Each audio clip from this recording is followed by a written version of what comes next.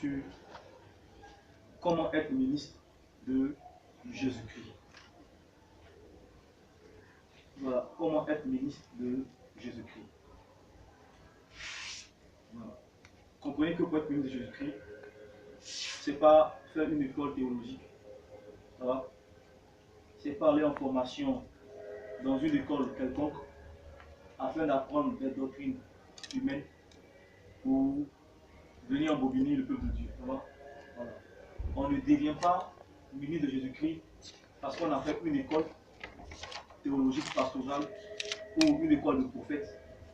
Mais on devient ministre de Jésus-Christ parce qu'on a été appelé par Jésus-Christ lui-même. Ça va? Et pour être ministre de Jésus-Christ, il y a des critères.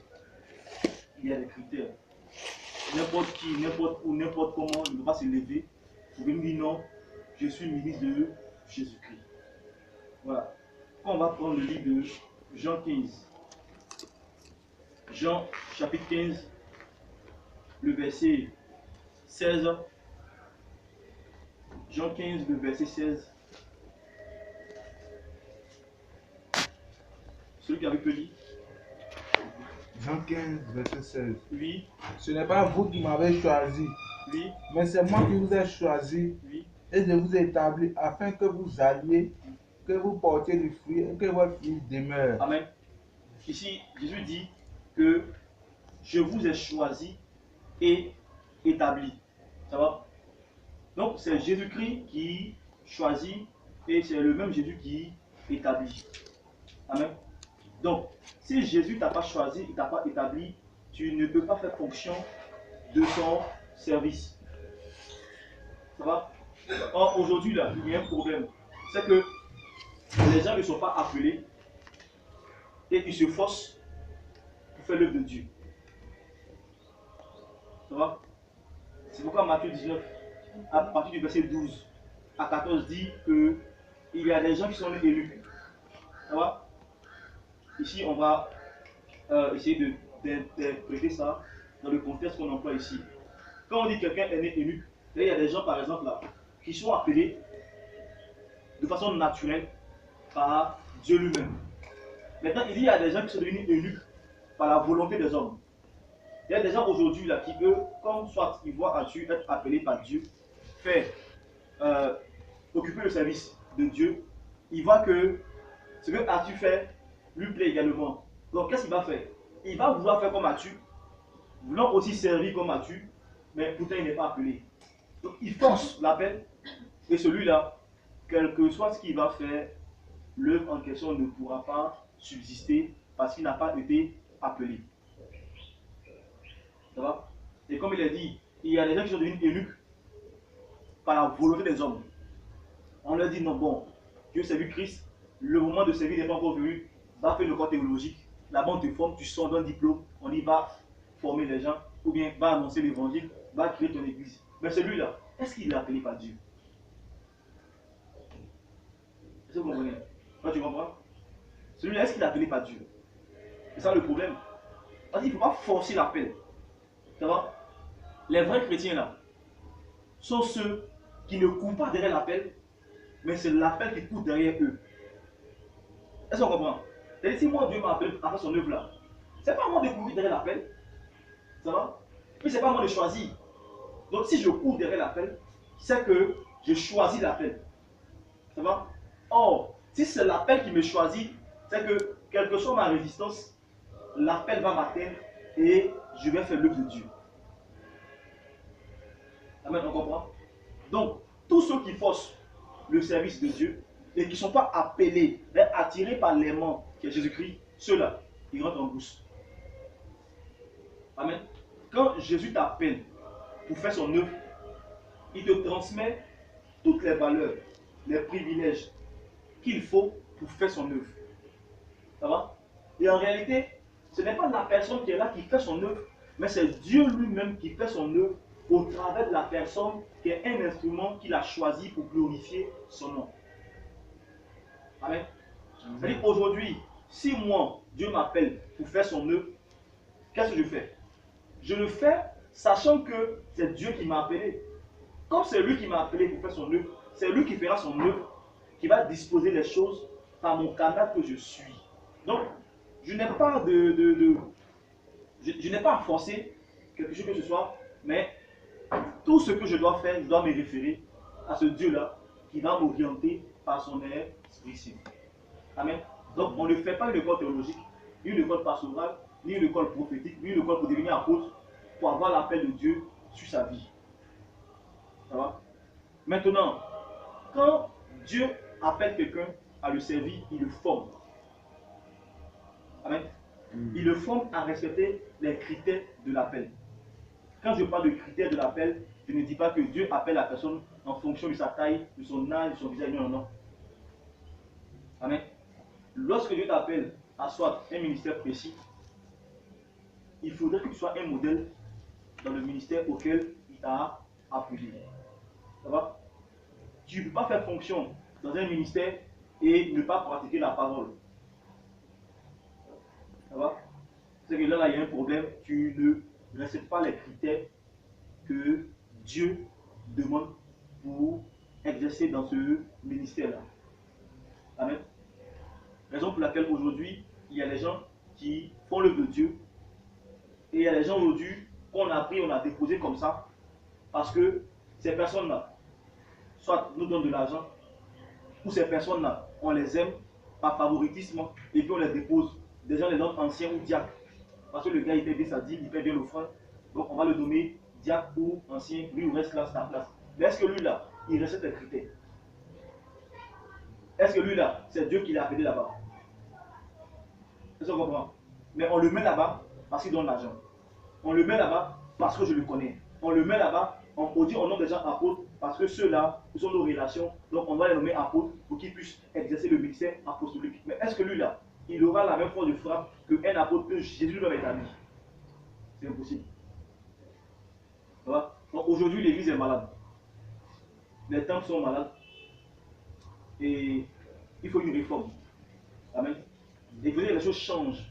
Il faut qu'on change notre manière de voir les choses, notre manière d'adorer Dieu, notre manière de penser à ce Dieu-là, notre manière de servir ce Dieu-là. Ça va? Comprenez que lorsqu'on dit ministre de Jésus-Christ, quand un ministre, de façon charnelle, se déplace, selon vous, comment il se déplace? Le ministre. On protège. Le ministre, quand il se déplace, il a un protège. Bravo.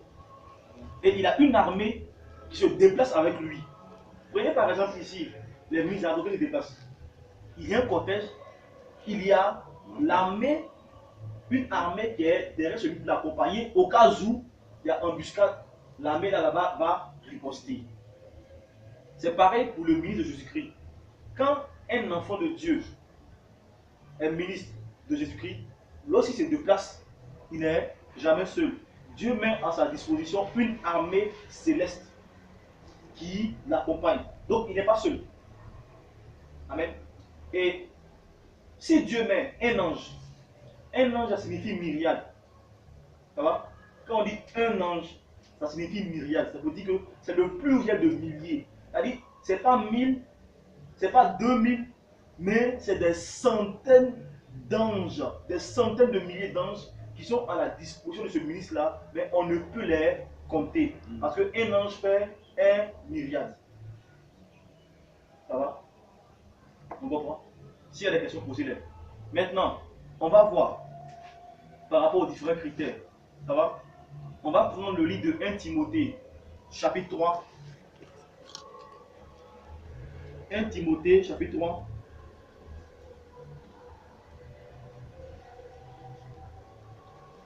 1 Timothée 3, le verset 1 à 16. Ça va? Ensuite, Timothée 3, verset 1 à 16. oui, je peux lire. Cette parole est certaine.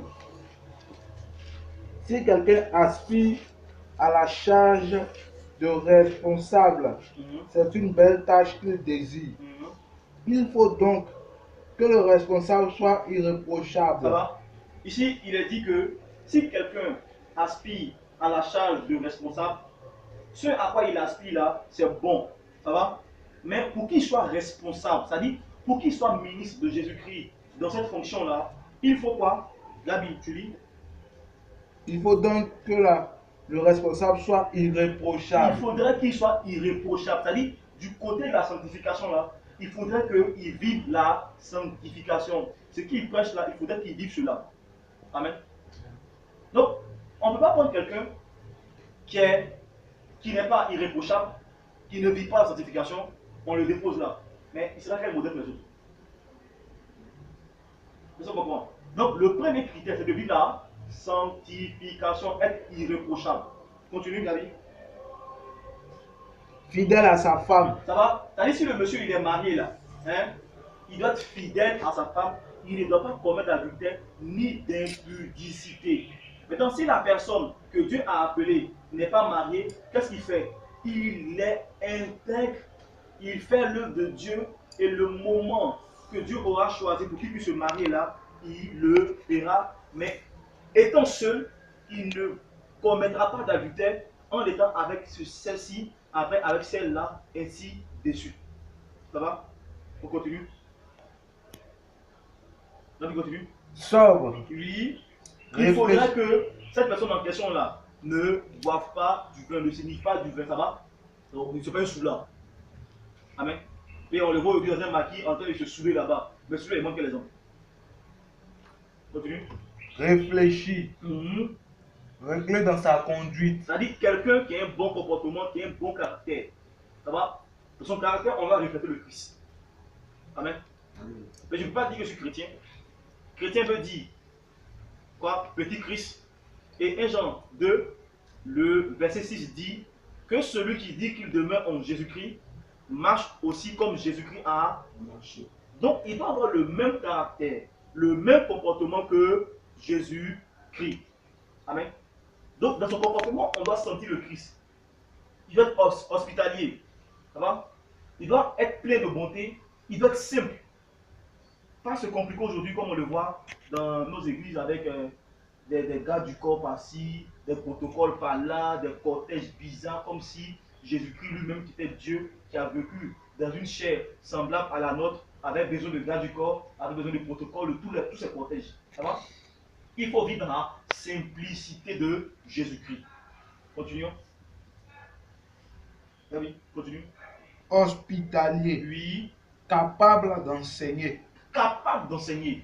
Ça va? Et si celui-là qui vient transmettre les enseignements aux gens n'a pas d'enseignement lui-même, il conduit le peuple de Dieu à la perdition. Pourquoi? Parce qu'il est censé orienter le peuple par le Saint-Esprit au travers des enseignements qu'il donne. Ça va? Donc celui-là doit avoir un minimum ou un maximum d'enseignement venant du Saint-Esprit. Amen. Pour pouvoir bâtir, pour que le peuple de Dieu soit bâti. Amen. S'il n'a pas d'enseignement et que tu lui poses des questions, tu n'as pas de réponse à ta question, tu comment? Tu es perdu. Amen. Donc il faudrait que celui-ci là soit prompt à l'enseignement, qu'il fasse des recherches dans sa Bible, qu'il médite sa Bible jour et nuit, qu'il court derrière les enseignements par le Saint-Esprit. Et qu'il demande au Saint-Esprit de l'enseigner, de lui révéler les mystères cachés, et qu'il demande au Saint-Esprit de l'orienter dans la parole, parce que c'est le Saint-Esprit qui conseille la parole. Continue, Nabi. Continue. Il ne doit pas être buveur, Oui. violent, ni attiré par le gain. C'est-à-dire que celui-là qui dirige là ne dirige pas l'œuvre de Dieu pour s'enrichir. Ça va?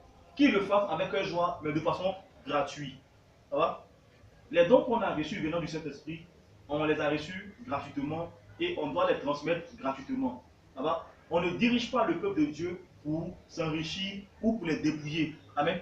Mais on les dirige parce que le Saint-Esprit nous a établis pour cela. Donc, accomplissons notre devoir vis-à-vis de Dieu. Et Dieu qui est le rémunérateur de ceux qui l'adorent, lui-même va se charger de prendre soin de ces brebis que nous sommes. Amen, on continue. Mais au contraire, doux, oui, pacifique et désintéressé. Oui. Il faut qu'il dirige bien sa propre maison. Amen. Quelqu'un qui ne sait pas lui-même diriger sa propre maison, là, comment il peut diriger l'église de Dieu? Est-ce qu'on comprend? C'est-à-dire, celui-là à la maison n'a pas un bon témoignage. Il ne sait pas comment diriger sa propre maison, sa femme, ses enfants. Et celui-là, c'est le peuple de Dieu veut diriger. C'est un problème. Amen. Or, gérer un groupe n'est pas facile. Pourquoi? Parce que gérer un groupe, c'est gérer en même temps les humeurs de tous les membres du groupe. Ça va? Et pour le faire, il faudrait que Dieu lui-même te brise. Et souvent, tu peux arriver, des gens vont t'énerver comme ça.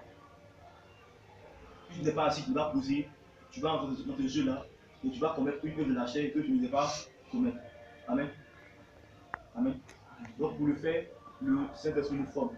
Ça va? Il nous forme, il nous forme, il nous transforme et il nous rend capable de pouvoir faire son œuvre comme il se doit.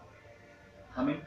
Donc, au verset 5, il dit, car si quelqu'un ne sait pas diriger sa propre maison, comment pourra-t-il diriger l'église de Dieu?